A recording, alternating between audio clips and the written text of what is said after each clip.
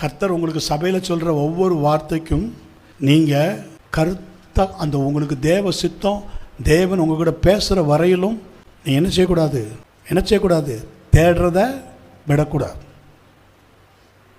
ஊழியக்காரங்க மூலமாக உங்களுக்கு ஒரு ஆலோசனை வர்றதை நீங்கள் என்ன செய்யக்கூடாது, அசட்டை பண்ணக்கூடாது. உங்கள் கூட கர்த்தர் பேசுகிற வரையிலும், பேசின பிறகு அப்போ எப்படி உங்களால் போக முடியாது. அதுதான் நான் சொன்னேன், உங்களால் அப்படி வேறு மாதிரி போக முடியாது. ஏன்னா தேவ சித்தம், அங்கே தேவ சித்தம் வந்துடுது. அதுக்கப்புறம் உங்களால் என்ன செய்ய முடியாது, தேவ சித்தத்தை மீறி எதுவுமே செய்ய முடியாது. அப்படி கர்த்தர் உங்களை கொண்டுருவார். உங்கள் கையில் ஒரு ஸ்தானத்தை கொடுத்து பாருங்கள். தாவீது அபிஷேகம் பண்ணது யார்? சாமுவேல். இதே சாமுவேல். சவுல் அபிஷேகம் பண்ணது யார்? சாமுவேல். தாவீது கடைசி வரைக்கும் சாமுவேலை விடலை. சவுல் செத்த பிறகு அவரை தேடினான். Too late.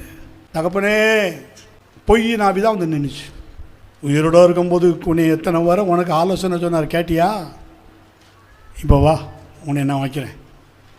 கரெக்டாக பாருங்கள், தப்பாக ஆலோசனை கொடுத்து அவனை காலி பண்ணிடுச்சு. ஸோ கர்த்தருடைய சத்தம் முதல்ல எங்கே வருதுன்னு பார்க்கணும்.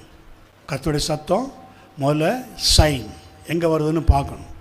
அந்த இடத்துக்கு நீங்கள் கிட்ட போகணும்.